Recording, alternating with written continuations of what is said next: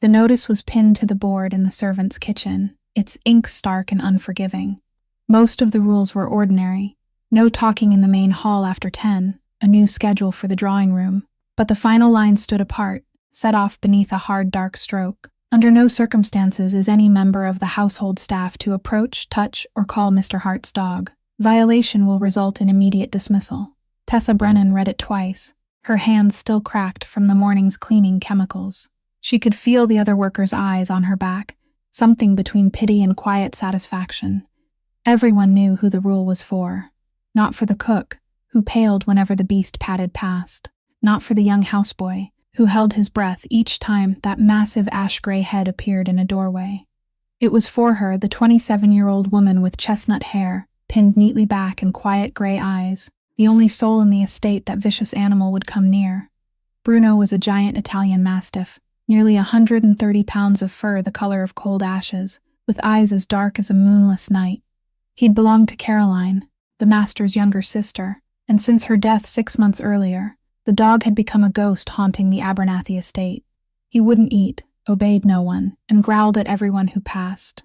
The whole house feared him, except Tessa, and she never sought him out, never called him, never slipped him scraps. She simply went about her work.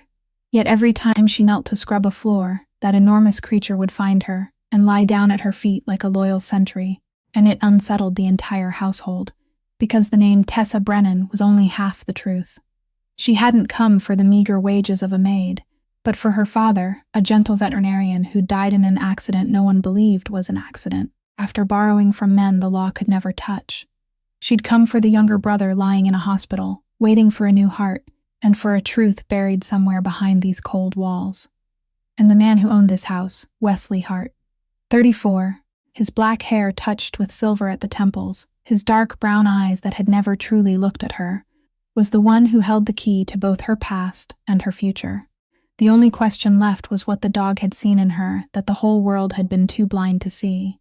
If you love stories about dignity, justice, and compassion, tap that like button to support us. Don't forget to share this video with anyone who needs a story that heals. And subscribe today, so you'll never miss a new story every week. The first time the dog came to her was on a gray afternoon in the old reading room in the West Wing, where light slipped through the gaps in the thick velvet curtains only in dull, murky streaks, and dust had settled on the spines of the books for so long that it had formed a soft gray fuzz. Tessa had been assigned to clean that room, a room almost no one ever entered. Alone among thousands of books no one seemed to read anymore. She was kneeling beside a low shelf, her hand moving over one leather-bound volume after another, when she heard a very faint sound at the doorway, not the sound of footsteps, but a change in the air, as if the room itself had just held its breath. She looked up. Bruno stood there, nearly filling the doorway, his enormous head lowered, his dark eyes staring straight at her. Tessa's first reaction was not fear. Years of working in her father's clinic had taught her a habit rooted deep in her blood and bones, that when facing an animal, the first thing to do was not to decide whether it was gentle or dangerous, but to read what it was saying with its body. And this mastiff's body was telling a sad story. She looked at the way he stood, his weight unevenly balanced, his shoulders slightly slumped, his thick tail hanging motionless, rather than tucked tight against his belly, like an aggressive animal preparing to attack. His ash-gray coat, which should have been glossy and dense in a healthy dog of his breed, had turned dull and rough, with patches around his hips that looked as if they had not been brushed in a long time. She noticed his eyes, not the savage glare the whole mansion whispered about, but something clouded, sluggish, with dry corners. When he lightly licked his lips, she saw that his tongue was paler than normal, and some corner of her mind automatically recorded it: mild dehydration, probably several days of irregular eating and drinking. He breathed slowly, each breath long and heavy, not panting from agitation, but weary, as if the very act of existing had drained him. Her father had once told her that animals knew sadness too, knew loss too, and because their pain could not cry out in words, it settled into their bodies, into the dullness of their eyes, into the way they stopped caring about food and about life. Standing before this dog, Tessa realized she was looking at a creature sinking into what, in human beings, would be called depression, a grief with no way out.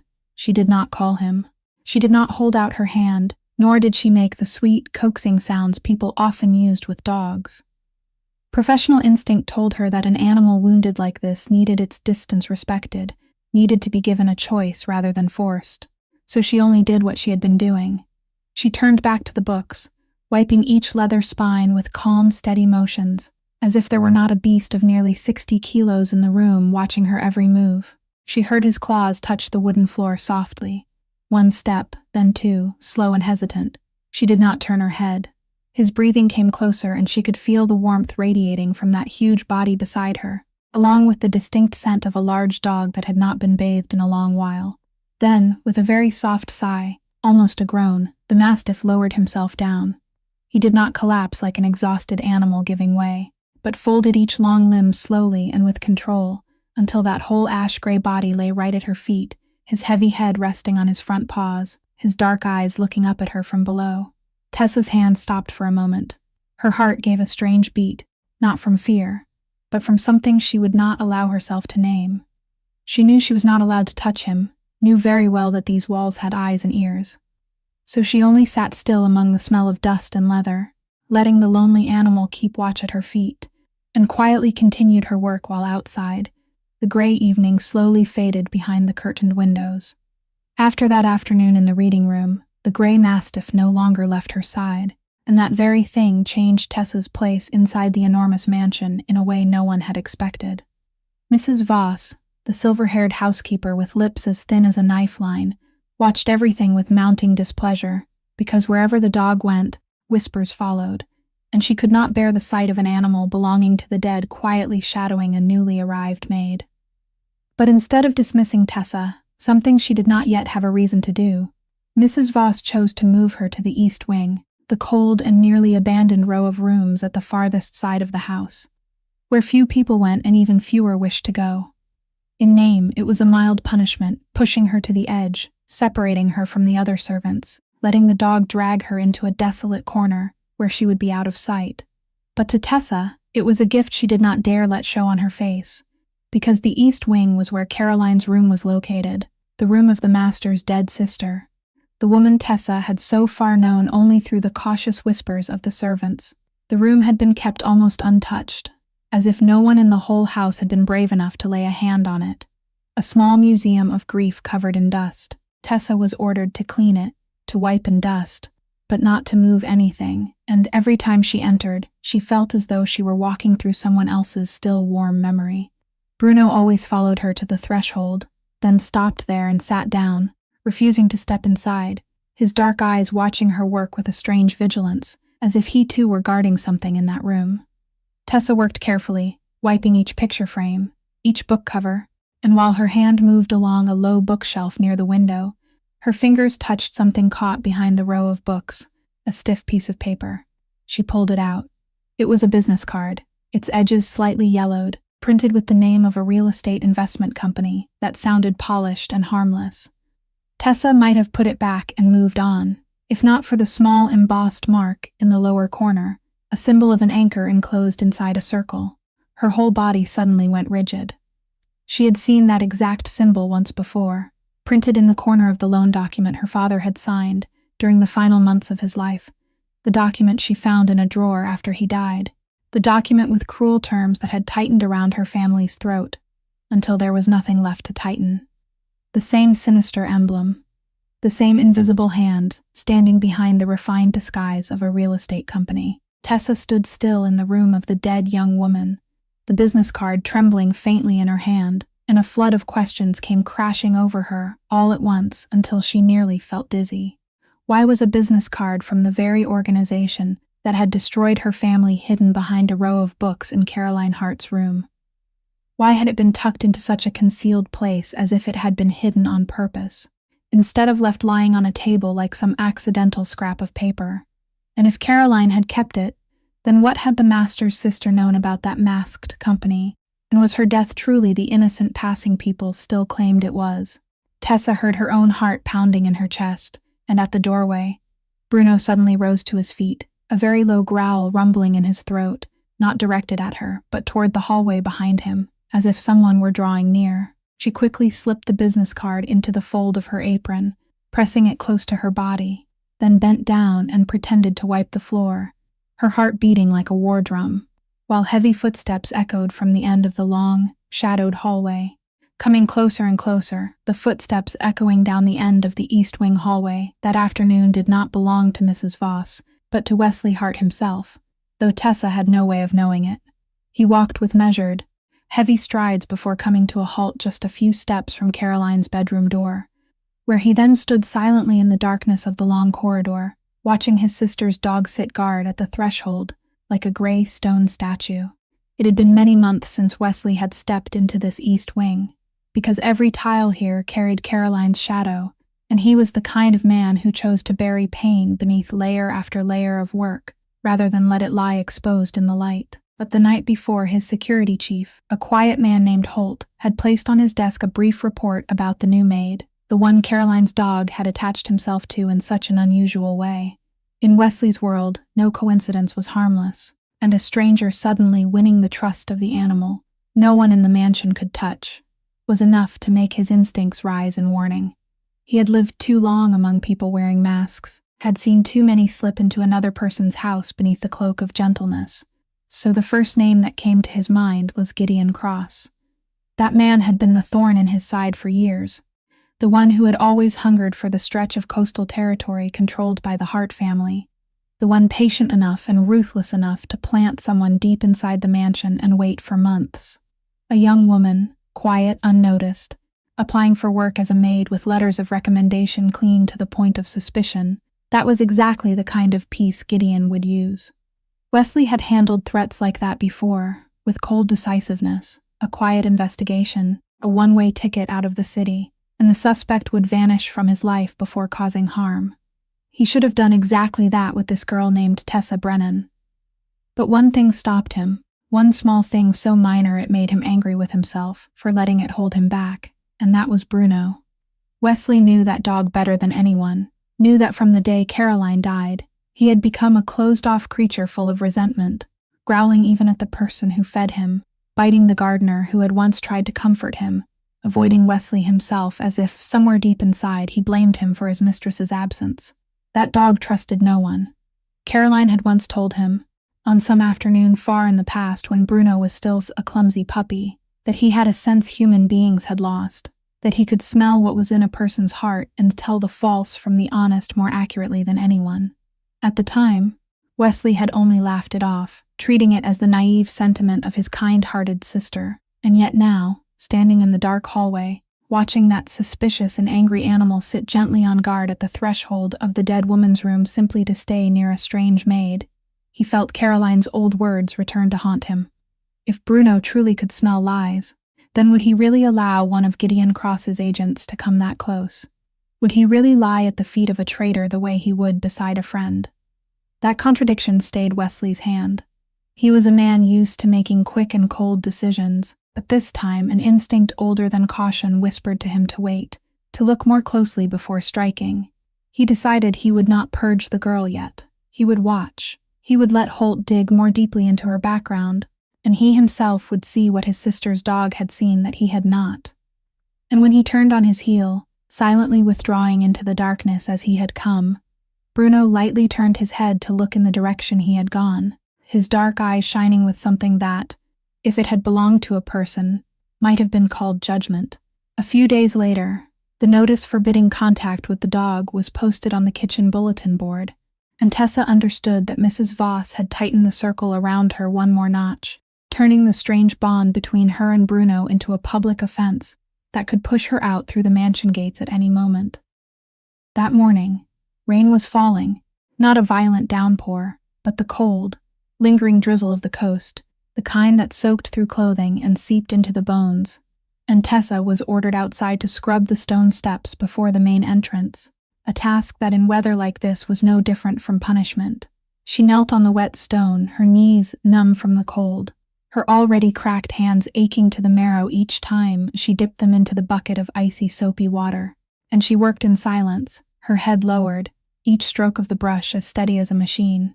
In her mind there was no self-pity, only numbers, the numbers that haunted her every night, the hospital bills the doctors had reminded her about, the heart transplant waiting list on which her younger brother lay, with a heart growing weaker by the day, and she knew that every small paycheck in this place, no matter how humiliating, was the fragile thread tying her brother to life. She could not lose this job. She could not make a single mistake. Just as she was repeating that to herself like a prayer, a large gray shadow appeared at the edge of her vision, and Tessa did not need to lift her head to know who it was. Bruno had circled around from the side of the house to the front steps, his gray fur soaked with rain, and he stopped a few steps away from her, standing there in the rain and watching her. Then he came closer, slowly, and made a soft sound deep in his throat, not a growl, but a long, pleading whine, the sound of a creature begging for something it did not know how else to express. He lowered his enormous head and gently nudged his cold, wet nose against her shoulder. A gesture so tender from an animal the whole world called a beast. Tessa's hand froze on the brush. She felt the warmth radiating from that massive body so close beside her, felt the tremor in his whine as if it were echoing straight into her chest, and pity surged through her so fiercely that it hurt. This was no longer a moment in which she quietly observed a suffering animal from a distance. This was the moment he was offering her all his loneliness and asking her for a touch, just one touch, and every cell in her body wanted to drop the brush, wrap her arms around that drenched gray head, press her cheek against him, and tell him that she understood, that she too was losing the people she loved, that both of them were creatures left behind in a cold world. But she did not do it. She thought of the notice with its separate line beneath the bold stroke, thought of Mrs. Voss's watchful eyes, thought of her brother lying in a hospital bed, and she gripped the brush handle so tightly that her knuckles turned white. "Go away," she whispered, her voice hoarse, almost breaking. "You can't be here. Please go away." The dog whined again, more urgently this time, and Tessa had to bite her lip to hold back tears, lowering her face toward the stone step and scrubbing harder, more violently, as if she could scrub away the tearing inside her own heart. It took a long while for Bruno to understand, and with a heavy sigh that seemed to make his whole body sink, he slowly turned away and trudged back through the rain, leaving her alone on the cold steps. Tessa did not know that at an upstairs window, behind glass blurred with mist, Wesley Hart had been standing silently from the beginning, and for the first time he was no longer looking at her as a suspicion to be investigated, but seeing a human being holding on to her dignity while refusing the very thing her heart longed for. Gideon Cross came to the Abernathy mansion on a weekend afternoon without warning, in exactly the ostentatious display of power he had always preferred, his sleek black car rolling slowly onto the gravel drive, leading up to the main entrance like a predator stepping into another creature's territory to test how its master would react. Wesley received him in the study, the two men sitting across from each other over the dark wooden desk, outwardly two partners discussing business involving harbors and coastal parcels of land, but beneath the layer of courteous language lay an invisible chess match that both of them understood perfectly well. Gideon was a man in his 40s, tall and lean, with pale blonde hair combed smoothly back, and a smile that lingered on his lips longer than a sincere smile ever should, the kind of smile that made people feel a chill down their spine without knowing why. He spoke softly and slowly, calling Wesley an old friend, mentioning shared deals from the past in a falsely nostalgic tone, while his pale blue eyes kept sweeping across the room, measuring, valuing, as if making a silent inventory of everything he wanted to take. Wesley answered with the coldness that had become his second armor, his words measured, his smile never reaching his eyes, and he let the guest speak, at length, because he knew that a man like Gideon revealed more of what he truly coveted the more he talked. The conversation lasted until Tessa was ordered to bring in tea, and the moment she pushed the door open and stepped inside, everything in the room changed in a way that only the sharpest eyes could have noticed. Tessa set the tea tray on the desk, her gaze lowered, her movements neat and quiet as they always were, not making a single unnecessary sound, then prepared to withdraw. But just then Gideon Cross's eyes settled on her.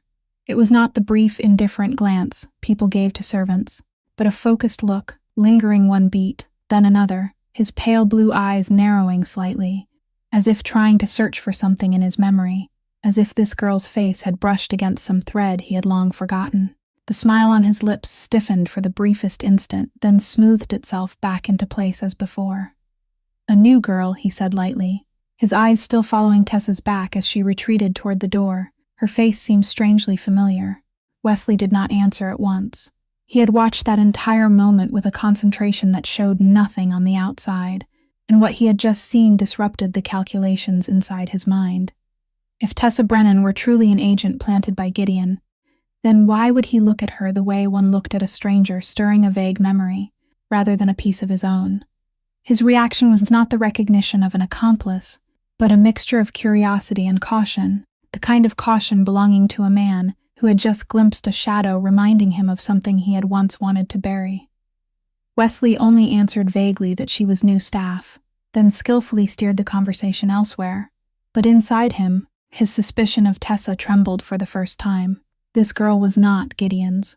But if that was true, then the way the most dangerous man Wesley had ever known had just looked at her was far more troubling, because it meant that some connection existed between Tessa and Gideon Cross.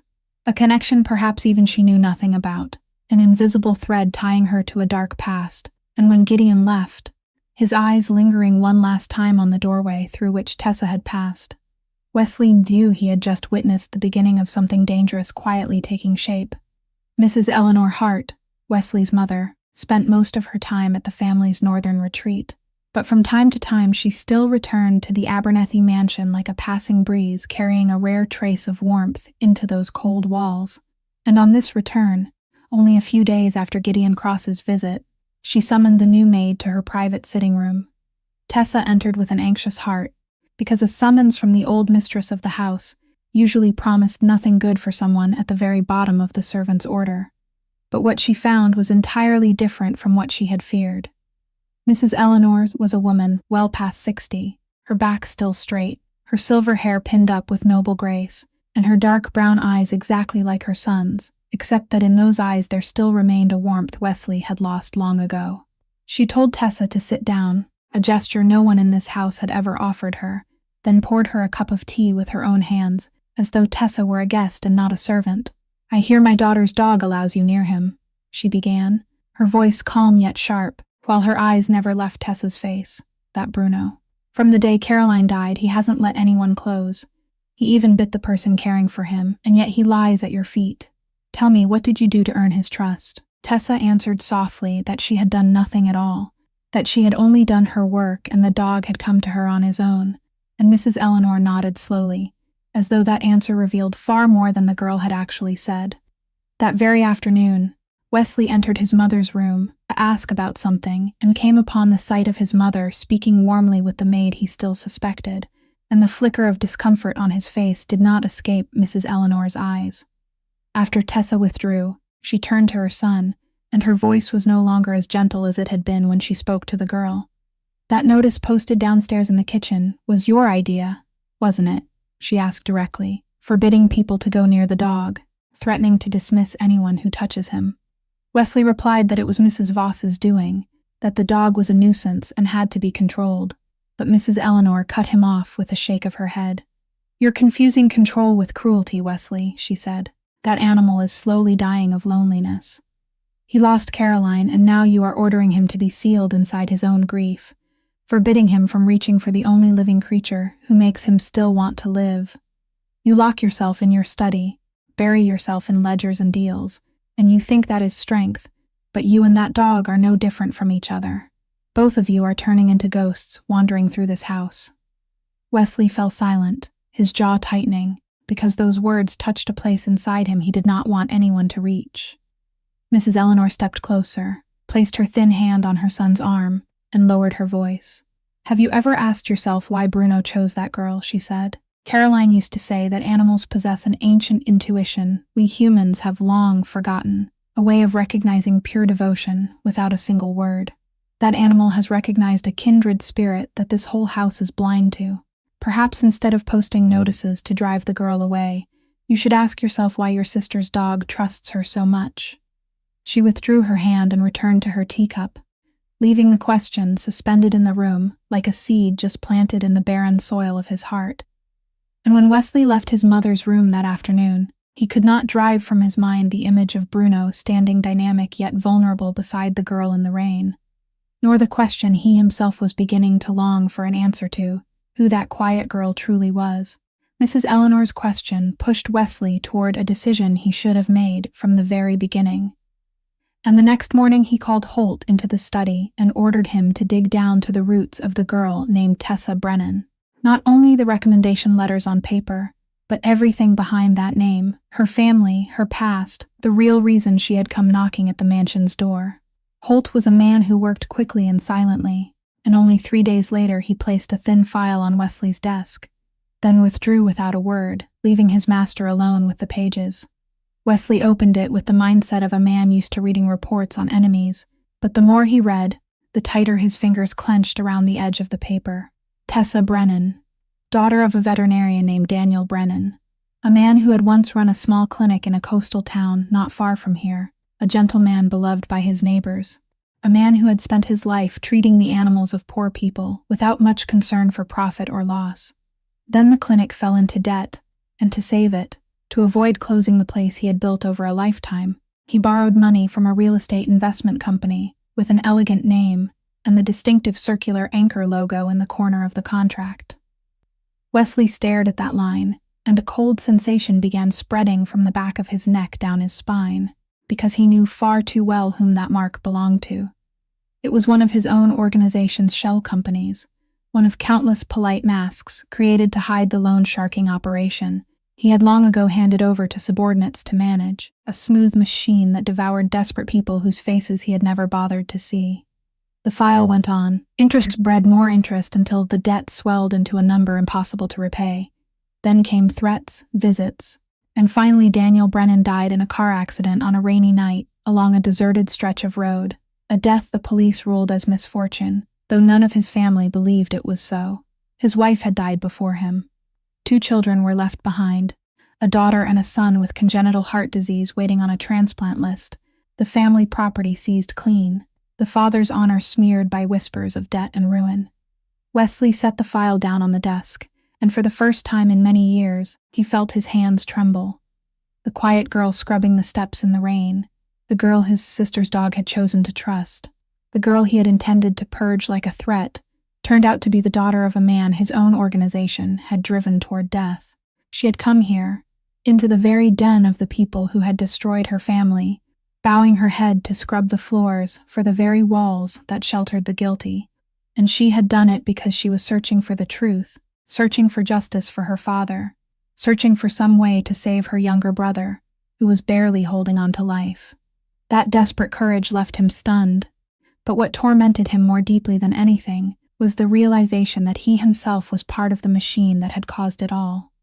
In the underworld he ruled, there was a cold, unwritten law that anyone who knew too much, anyone who carried a motive for revenge, was a danger that had to be removed before it could grow, and his reason, tempered through years of survival, was whispering that this girl was dangerous, that she should disappear from his life as soon as possible. But there was another voice, something he had thought long dead inside his chest, rising up and crying out that she did not deserve to suffer even one more pain, that he was the one who owed her. Wesley sat for a very long time in the darkening room, torn between the man circumstances had made him and the man his mother, his sister, and even that dog still seemed to believe he could become again. And in the end he made one first decision, that he would not tell her he knew, not yet. He would keep that truth hidden in his heart, watching her quietly and protecting her from the darkness, until he understood what he had to do to atone for some part of the wrong he had helped cause.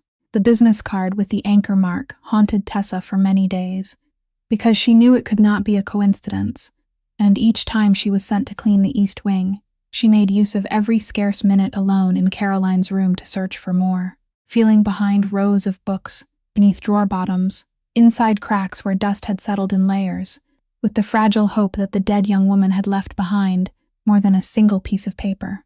That afternoon, while the whole mansion sank into the sluggish quiet of the resting hour, Tessa slipped into Caroline's room earlier than usual, her heart beating fast because she knew she was doing something that could cost her everything. She knelt beside the small writing desk set against the wall, ran her hand along its underside, and her fingertips touched something raised in an unusual way, a neat square outline cleverly hidden beneath the wood. A secret drawer. Tessa held her breath, searching for the latch, and just as she was about to press it, a sound froze her whole body. The sound of hard heels striking the stone floor of the corridor, steady, decisive, a rhythm everyone in this house recognized.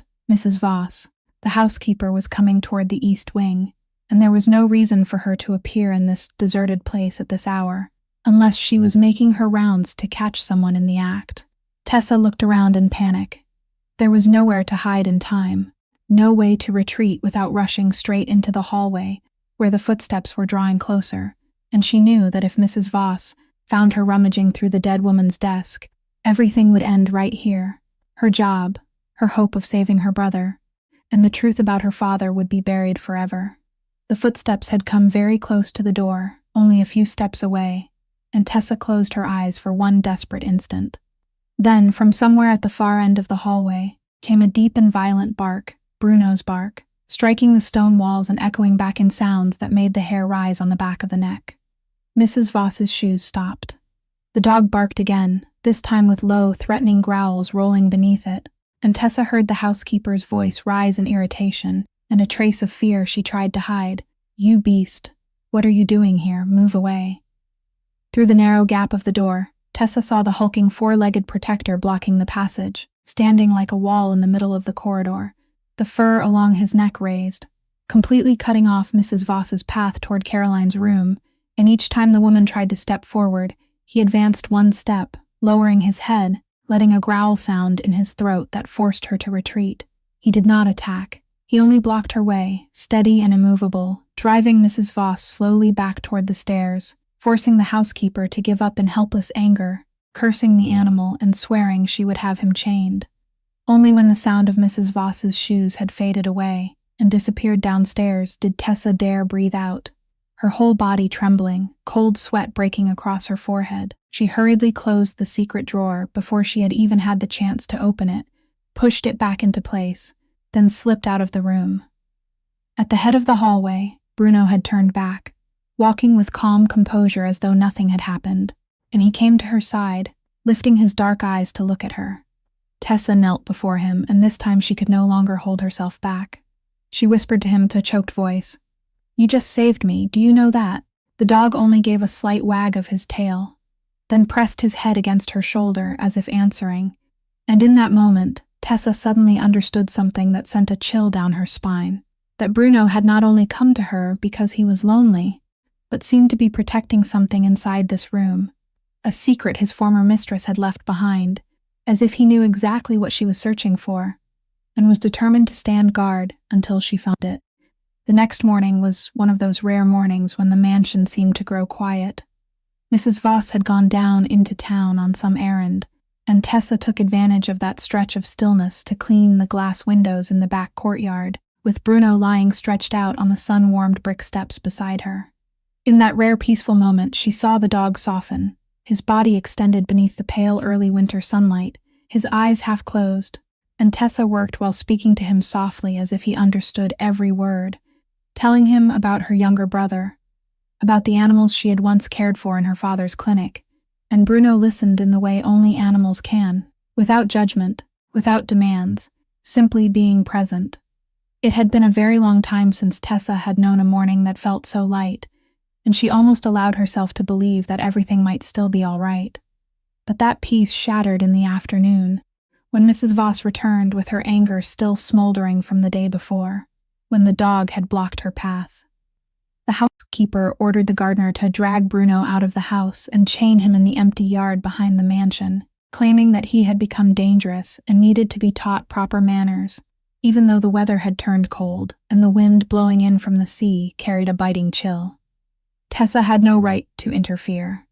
She could only stand at a distance, her heart twisting, as the already weakened animal was left out in the cold for hours, trembling beside the chain, with no food and no shelter.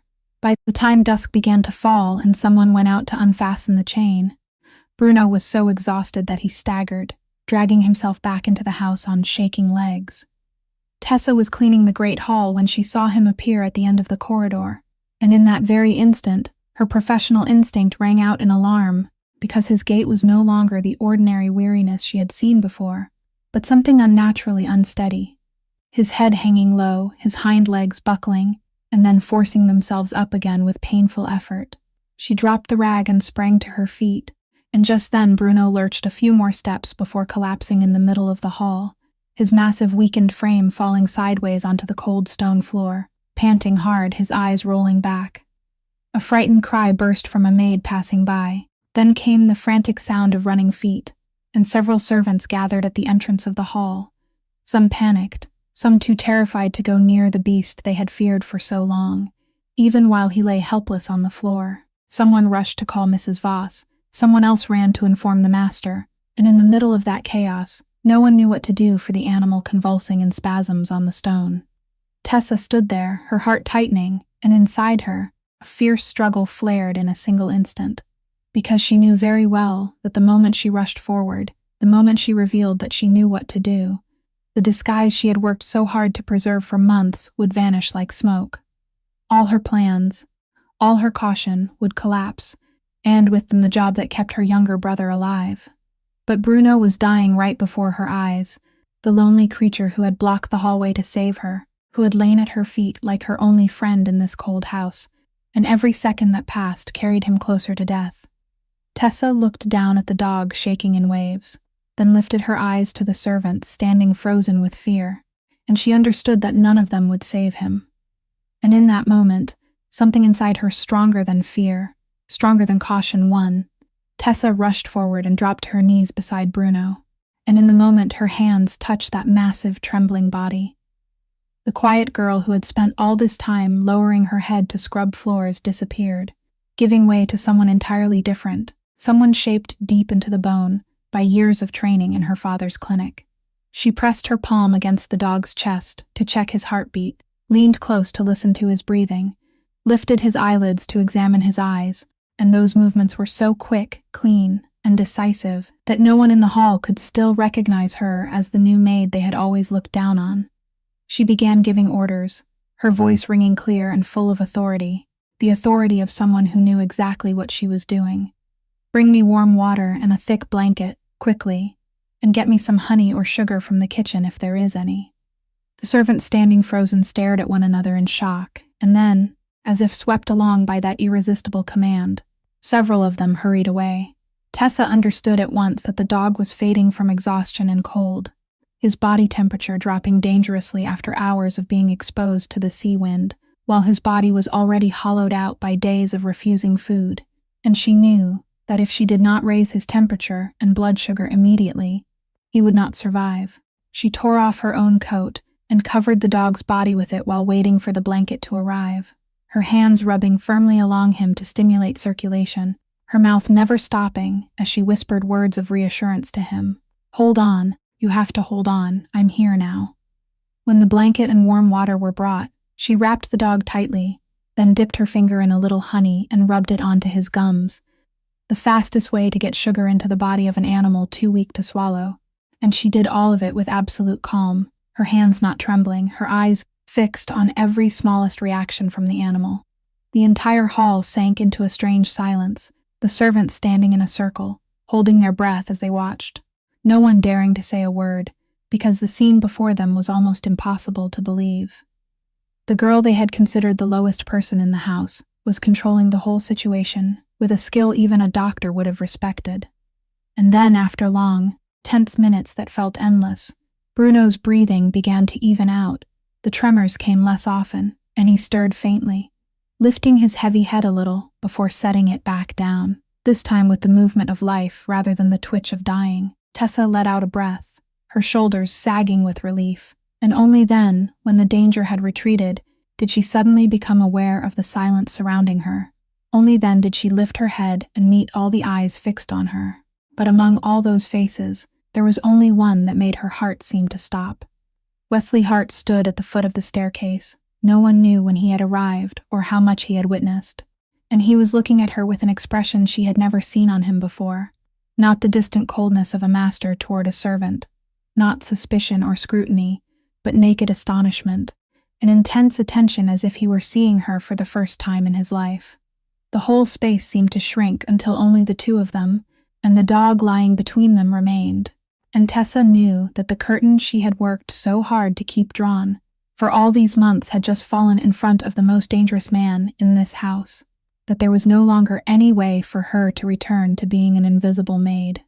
Wesley walked slowly toward her, each step sounding through the breathless silence of the hall, and he stopped before her, looking down at the girl kneeling beside his sister's dog, the girl who had just pulled him back from the hands of death, with the calloused hands of a servant.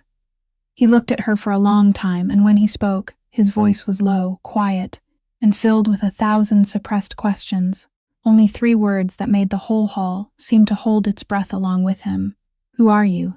That evening, after Bruno had been carried to a warm corner, and Tessa personally watched over him until he drifted into sleep with steady breathing, a servant came looking for her with a cautious face and told her that the master was summoning her to the study, and Tessa understood that the hour of judgment had arrived.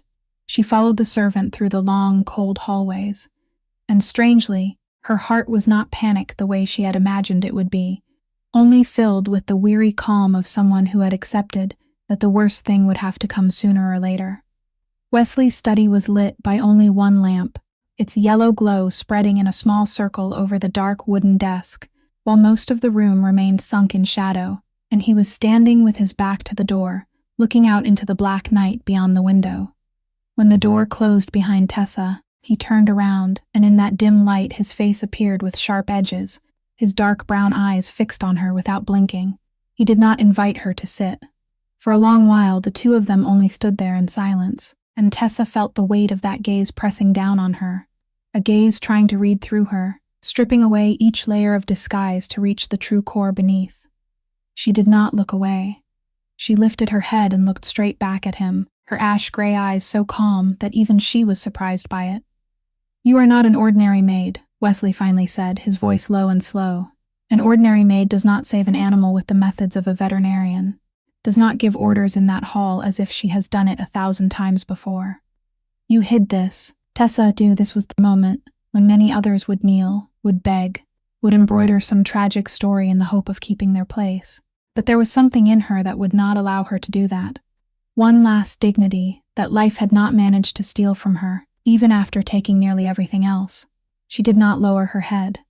"I am sorry I was not honest about what I can do, sir," she said, her voice even and clear. "But I do not regret what I did. Your dog was dying. No one in this house dared go near him, and I knew how to save him. If I had stood still to protect the disguise of a servant while a living creature died in front of me, then I would have been the one who deserved to be thrown out. I did what I believed was right. You may dismiss me for lying. That is your right. But I would do the same thing again if I had to choose once more." Her words fell into the still room like pebbles dropping onto smooth water, and Wesley did not answer at once.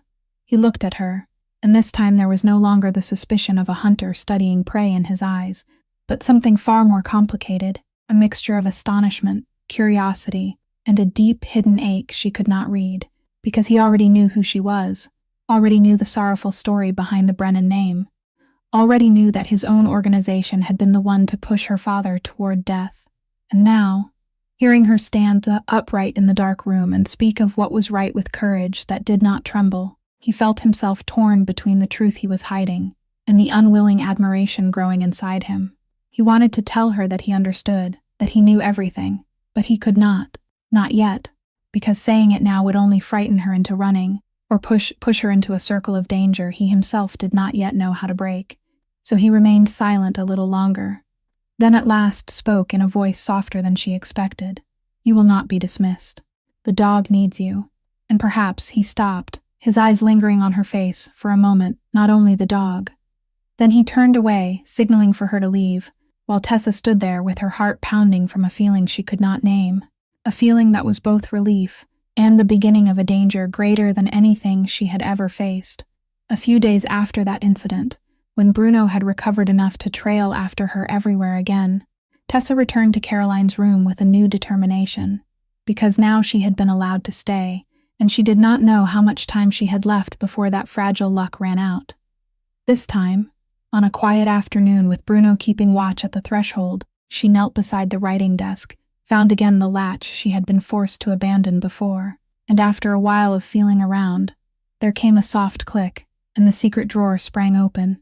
Inside was a worn, leather-bound notebook and a neat stack of folded papers, and as Tessa turned through those pages, beneath the weak light slipping through the curtain gap, an entire buried truth gradually appeared before her eyes. making her breath catch in her throat.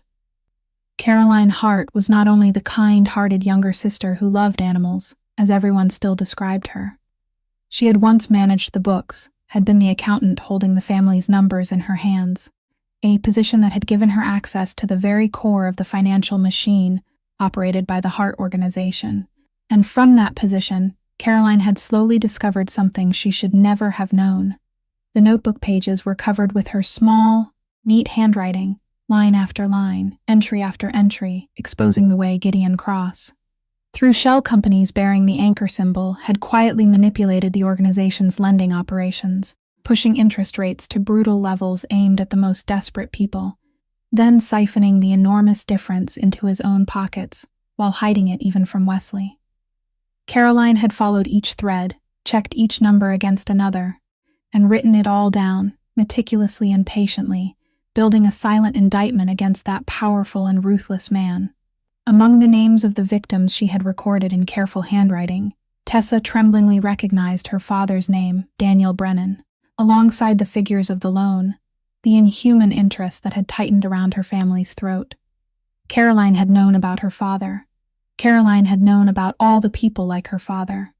And Tessa understood, with a chill running through her, that the master's younger sister had not died in an accidental tragedy any more than her father had, that this brave young woman must have come too close to the truth, had become a threat to an entire hidden empire, and had paid for it with her life. The evidence Caroline had gathered had lain silent in this secret drawer for 6 whole months, concealed so cleverly that even those who had cleaned the room, even Mrs. Voss with her owl-like eyes, had never found it, because none of them had been searching, none of them had known what to search for.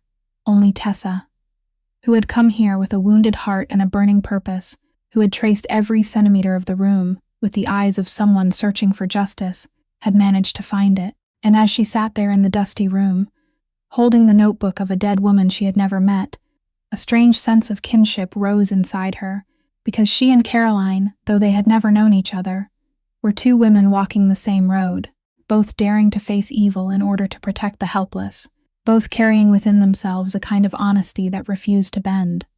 And in that very moment, Bruno stepped in from the threshold. For the first time, he set foot inside the room of his former mistress, came to her side, and rested his heavy head on her knee, his dark eyes lifting to her with such tenderness that Tessa's eyes stung. She suddenly understood why the dog had come to her, why he had guarded this room, why he had protected her as if protecting a treasure. He recognized in her the same unyielding spirit he had once loved in Caroline, a shared quiet resilience, and a refusal to bow down before injustice. The dog had not been blind like the rest of this house. From the very beginning, he had seen who she was, and he had chosen her to continue what his mistress had left unfinished. While Tessa quietly hid Caroline's notebook and held close the secrets she had just uncovered, somewhere else Gideon Cross was also piecing together fragments of his own, and he was far more dangerous than she could possibly imagine. The feeling that the girl who had brought in tea that day looked familiar had not let him go, and a meticulous man like Gideon never left any thread loose. So he had someone investigate quietly, and before long the Brennan name surfaced with everything attached to it. When Gideon realized that the maid inside the Hart mansion was the daughter of one of the debtors whose father had died under the machinery he controlled, he did not panic. On the contrary, a cold smile spread across his lips, because he had just seen an opportunity. It did not take him long to recognize what Wesley himself was trying to hide, that the cold man had begun to care about this girl in an unusual way, that a crack had appeared in Wesley Hart's iron armor, and that crack bore the name Tessa Brennan. In the world where Gideon and Wesley both struggled for power, a weakness was the most precious thing an enemy could grasp, and Gideon decided he would tighten his grip around that exact weakness, not with fists or crude threats, but with a weapon far more subtle and cruel, the weapon he had used all his life to destroy people, money, and the loopholes of the law. Through the network of his shell companies, Gideon traced the records of Tessa's younger brother, a 20-year-old young man named Danny, who had suffered from a life-threatening heart condition since birth, was waiting on a heart transplant list at a city hospital, and whose entire chance at life-saving surgery depended on a medical aid fund and the loans his family had struggled to arrange. Gideon knew exactly which strings to pull. Through his hidden influence over the financial institutions in the region, he had people interfere so that the aid fund was suddenly frozen under the excuse of reviewing the file. The loans waiting to be disbursed were abruptly suspended because of vague paperwork complications, and within only a few days, the fragile financial thread connecting Tessa's brother to his surgery was cut coldly and cleanly, leaving no trace that could be followed back to him. The terrible news reached Tessa through a call from the hospital one evening, and when she heard them tell her that Danny's surgery had to be postponed indefinitely because the funding was no longer available, she felt as if the ground beneath her feet had collapsed. Her brother, the brother for whom she had sold even her own dignity in order to save him, the brother counting each day with a heart growing weaker by the hour, had now been stripped of his chance to live simply because the numbers on paper had suddenly vanished. She could not understand why everything had fallen apart at this precise moment, why the fund that had already been approved had suddenly been locked, and she had no idea that behind all of it was the hand of the man who had smiled at her over a cup of tea that day. Tessa sank down in the small servant's room, Caroline's notebook hidden beneath her pillow, and for the first time since setting foot in this house, she felt completely powerless, because all her courage, all the secrets she had risked her life to uncover, meant nothing if she could not save the only family she had left. Meanwhile, Gideon Cross sat in his private office, took a sip of liquor, and felt satisfied with the move he had just made, because he knew that when a person was pushed to the end of the road, to the deepest point of despair, they would do anything, and he was ready to offer Tessa a way out at a price of his own, a trap wrapped in the disguise of kindness, so that through her he could strike a blow against Wesley Hart himself. The net had been cast, and the prey he was aiming for was not that poor girl, but the greatest enemy of his life, who had now begun to move.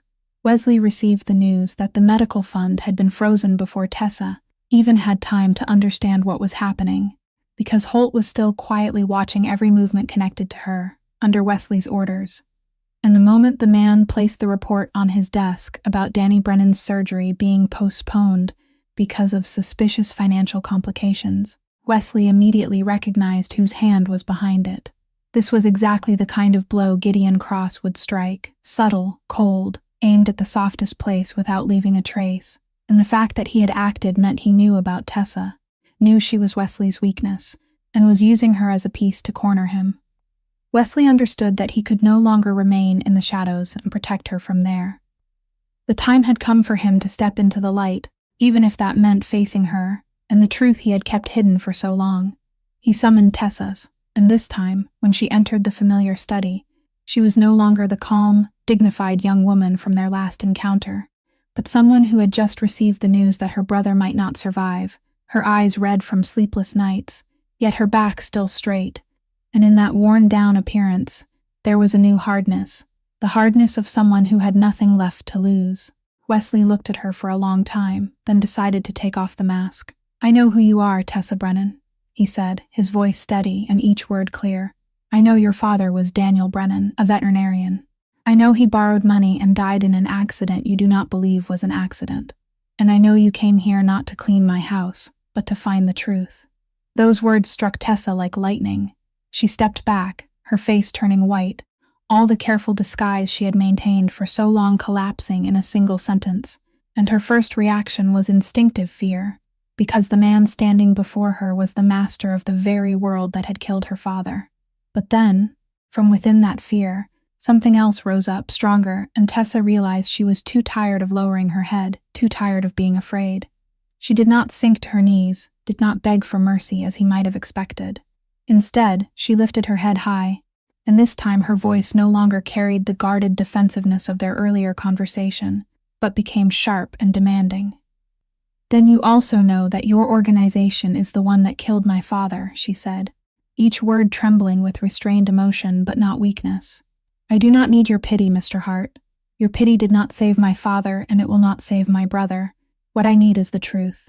I need to know who pushed my father toward death, and I will not leave here until I find out. If you want to dismiss me, turn me over to the police, or do what men like you do to people who know too much, then go ahead, but I will not be silent." Her words seemed to thicken the air in the room, and Wesley, instead of anger, felt admiration rise inside him, because the fragile girl standing before him, though life had crushed her to the very edge, still dared face him and demand justice for the dead. He stepped closer, and what he said next stunned her. "You are right. My organization caused your father's death, and that is a sin I cannot erase. But I swear to you that I did not know, and now that I do know, I will not turn away." Then he lowered his voice, his eyes growing grave. "But there is something you need to understand. You are not as safe in this house as you think. The person who froze your brother's surgical fund was not bad luck. It was Gideon Cross. And he was able to act because he has eyes and ears inside this mansion. Mrs. Voss, the housekeeper you have been forced to bow your head to, is his person, the one who has reported every movement of yours to him since the day you arrived here. You and I," he said, "are now on the same side, whether you want to believe it or not." Tessa looked into his eyes, seeing the genuine remorse and the fierce resolve hidden beneath his cold exterior, and she made a choice to trust him. She reached into her room, retrieved Caroline's hidden notebook, and placed it into his hands, telling him that his sister had already gathered the evidence to bring Gideon down. Wesley held the worn leather volume, his heart heavy with grief but fueled by a new purpose, realizing his sister had left them the very weapon they needed. The days after that conversation were the most agonizing Wesley had ever lived through, because he realized he was standing at a crossroads where every road demanded a price nothing could repay. Gideon Cross did not keep him waiting long. Only a few days after freezing the fund, he sent a message wrapped in his familiar false courtesy, an offer that was in truth an ultimatum. Gideon knew about Caroline's notebook, or at least suspected that Wesley's dead sister had left behind something dangerous, and he wanted the Brennan girl, the one he believed had found it or was about to find it. His message was chillingly clear. "Hand the girl over to me.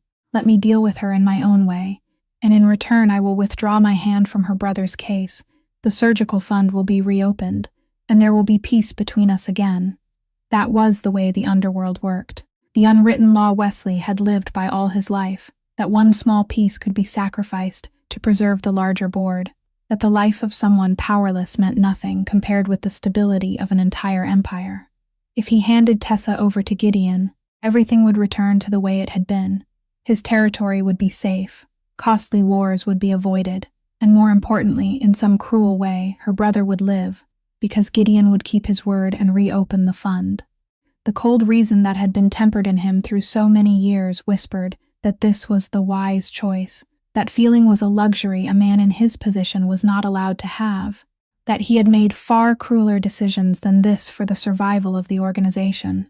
But every time that thought crossed his mind, Tessa's image returned. The girl kneeling in the hall and pulling his sister's dog back from death. The girl standing straight in the dark room and demanding justice for her father without trembling. And he knew that handing her to Gideon would mean signing her death sentence, just as his organization had once signed the death sentence of her father and of Caroline too. The second road opening before him was even more frightening. To turn his back on the very world that had created him. To use Caroline's notebook to expose Gideon.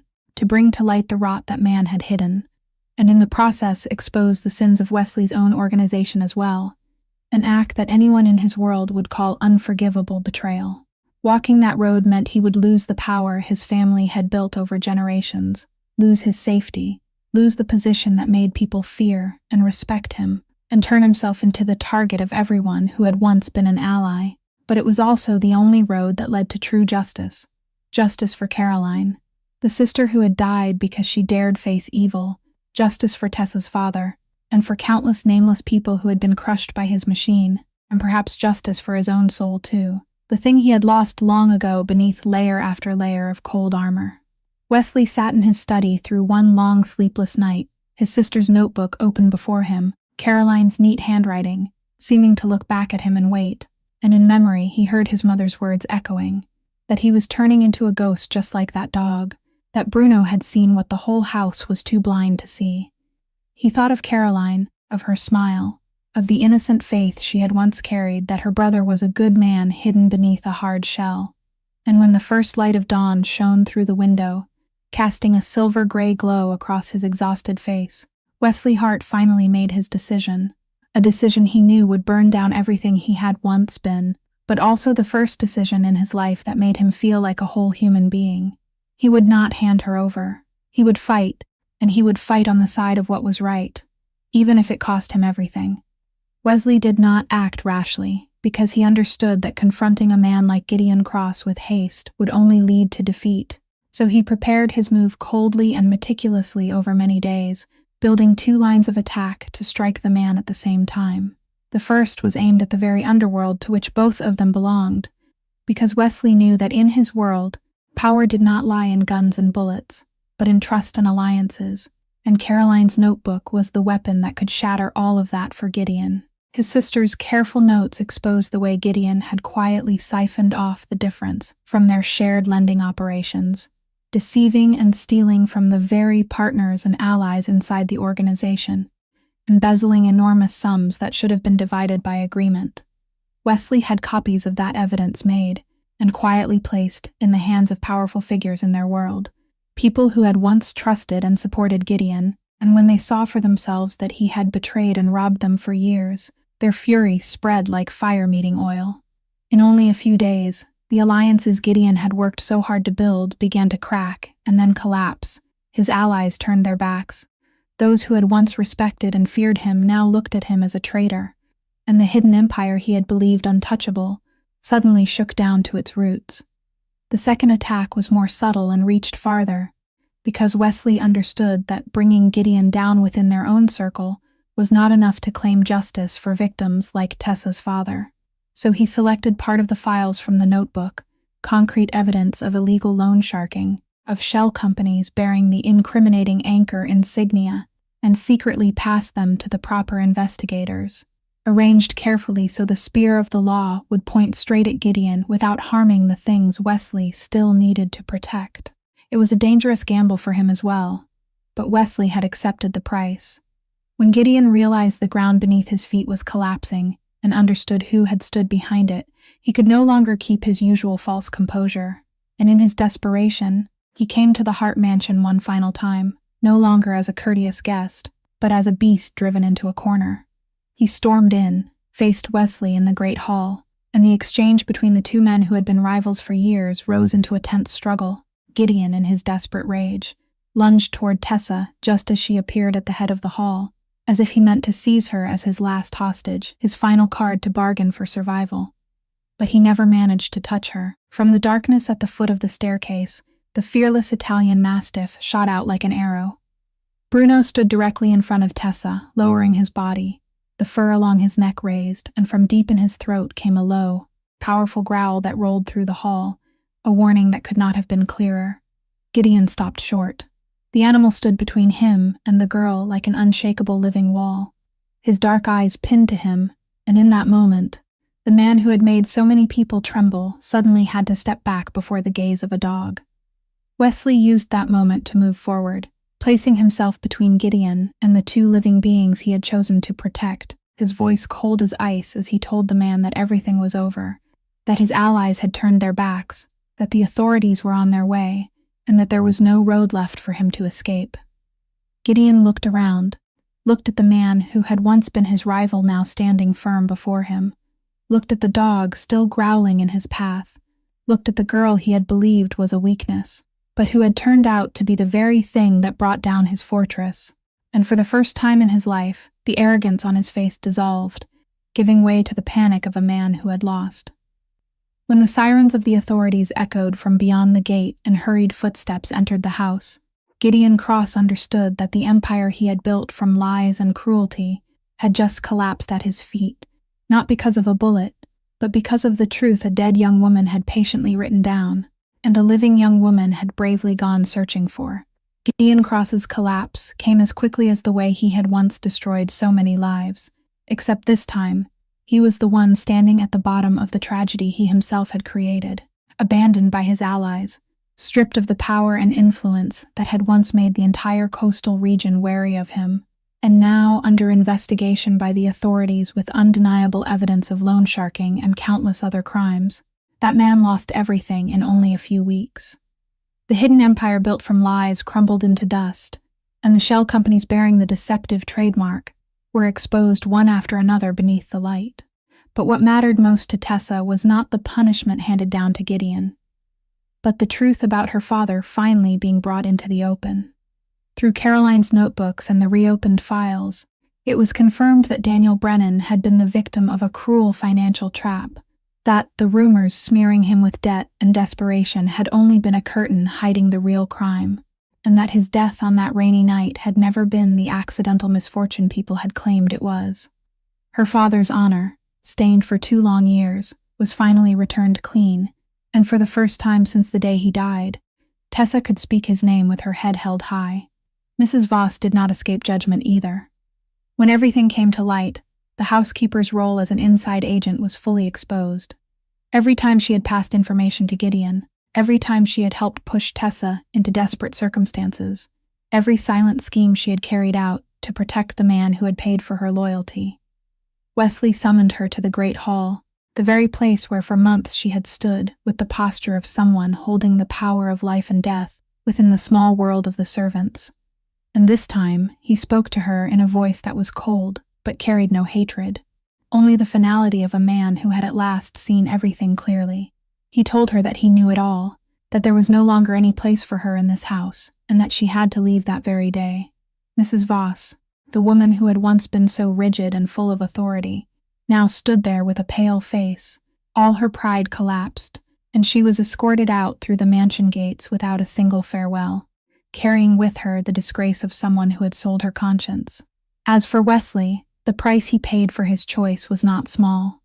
By using his sister's notebook to bring down Gideon and secretly handing evidence to the authorities, he became someone who had broken the unwritten law in the eyes of many people. Some long-standing alliances cracked. Part of the power and territory his family had built across generations slipped from his hands, and from that point on, the road ahead of him would be far harsher than the secure position he once possessed.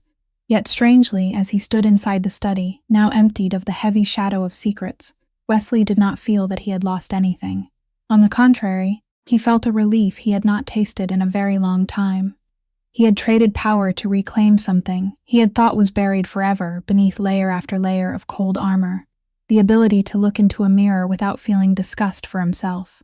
His sister had died because she dared to stand on the side of what was right, and now, however late, he had finished what she left undone, had repaid some part of his debt to her and to the spirits of all those wounded by the machine he had ruled. That night, for the first time in many years, Wesley Hart slept without dreams, and Bruno lay guarding outside his door, as if the animal too could sense that its cold master had finally found a lost piece of his soul. The first thing Wesley did after everything settled was restore the funding for Danny's surgery, and this time he did not let it depend on fragile foundations or loans that could be manipulated again, but personally took care of the entire matter, quietly and without display, as one small part of a debt he knew he would never fully repay. The heart transplant was arranged at a leading hospital with the finest team of doctors, and on that fateful morning, Tessa sat in the waiting room with her hands clasped tightly together, praying for the younger brother for whom she had sacrificed everything. The hours of waiting stretched on like an entire lifetime, and when the operating room door finally opened, when the doctor stepped out with a tired but radiant smile and announced that the surgery had been successful, that the new heart was beating strong and healthy inside Danny's chest, and that he was beginning to recover, Tessa burst into tears, the tears she had held back for 2 long years finally breaking loose, this time not from pain, but from a pure happiness she had thought she would never taste again. Her brother would live. The brother she had once believed she would have to say goodbye to would now have a future, would grow up, would be able to live the full life that illness had nearly stolen from him. In the weeks that followed, as Danny slowly recovered under devoted care, Tessa often sat by his hospital bed and told him about everything that had happened, about the enormous gray dog who had become her friend, about the dead young woman named Caroline whom she had never met but would owe for the rest of her life, and about the truth that had finally been brought to light about their father's death. As for Wesley, the fall of Gideon and the night he chose to stand on the side of what was right became a turning point not only for one man, but for the entire world he ruled.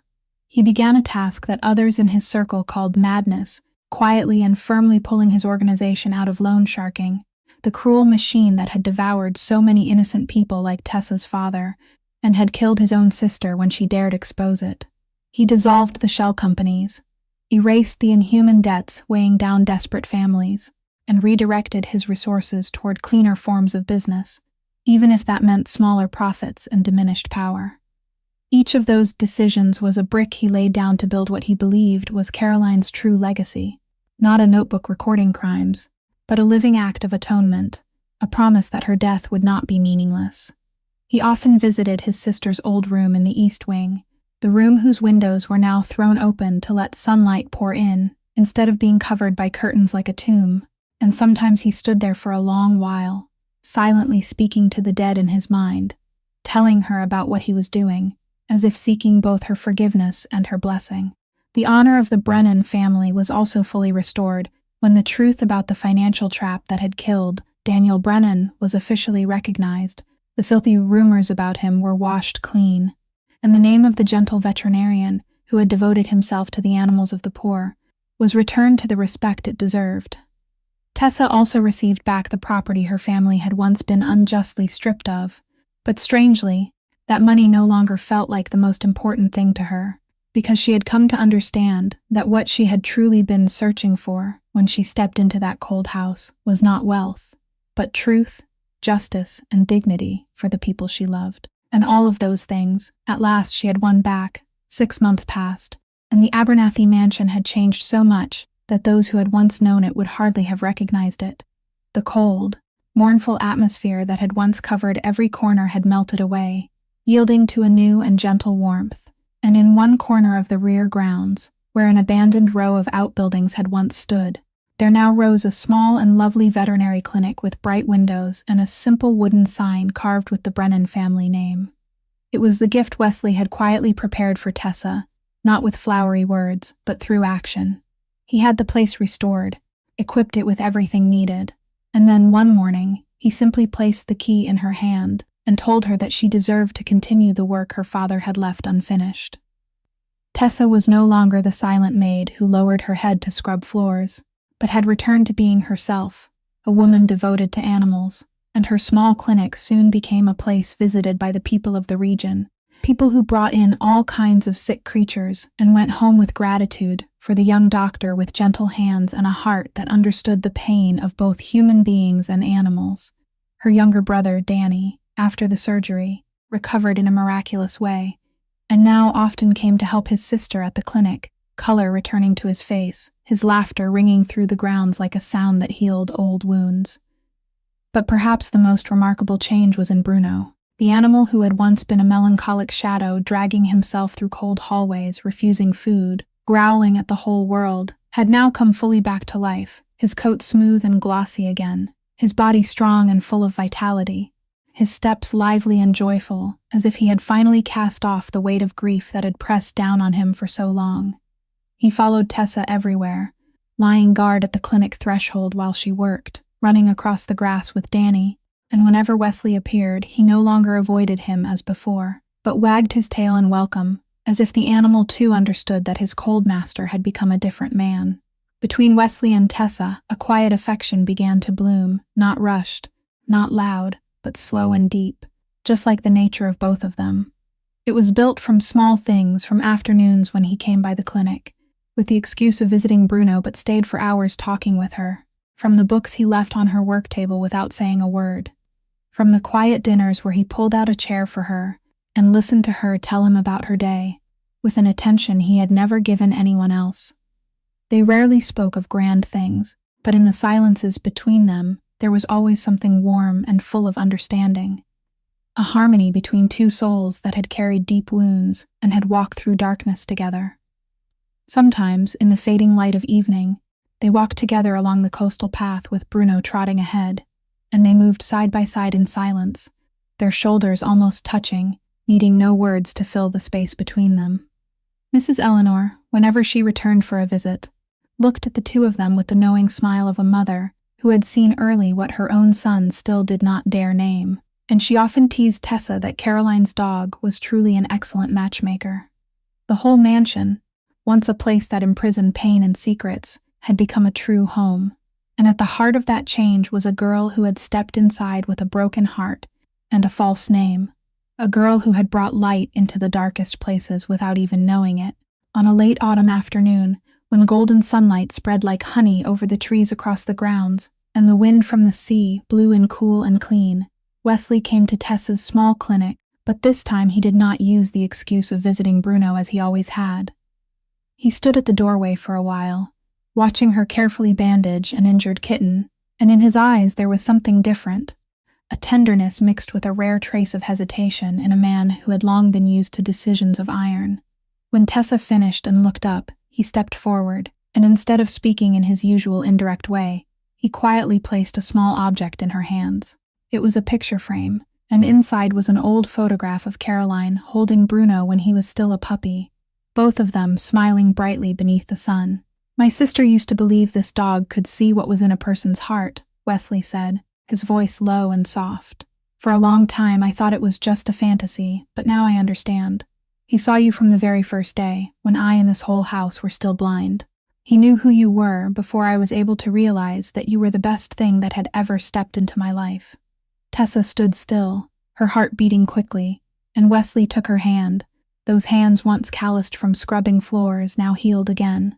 And he went on with the words he had kept inside for months, that he was not good at expressing himself, that all his life he had been used to burying his feelings beneath layers of cold armor. But he did not want to lose her, did not want to let her walk out of his life. "I cannot give back the years you lost," he said, "and I cannot erase the wrongs that I and those before me caused. But if you allow me, I want to spend the rest of my life beside you, building something decent with you from all these ruins."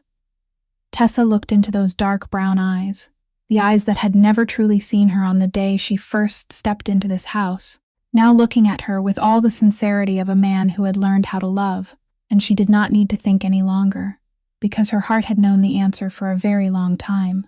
She only nodded softly, her eyes shining, and smiled at him with the first truly radiant smile she had worn since the day she entered that house. At that exact moment, Bruno wandered in from the yard, as if he had been waiting for this moment for a long time, and he came to stand beside them, gently placing his large gray head over their joined hands, his dark eyes lifting to both of them with a deep contentment, as though that faithful animal had finally completed the mission he had silently carried for so long, guiding two lonely souls until they found each other.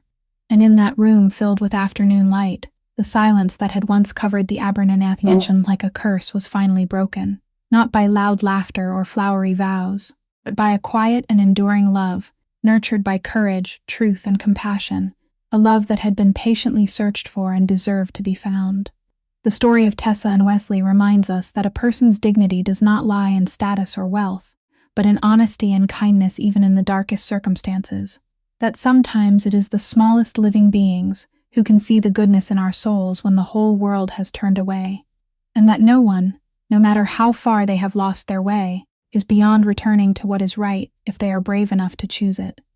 Compassion can heal the deepest wounds, and justice, even when it comes late, is always worth fighting for. If this story has touched your heart, please subscribe to our channel, like this video, and share it so that meaningful stories can reach more people every day.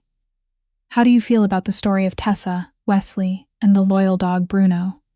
Please leave a comment and share the feelings deep in your heart, because we are always eager to listen to what you send our way. We wish you and your loved ones abundant health, joy, peace, and calm every day. Goodbye, and we'll see you again in the next stories.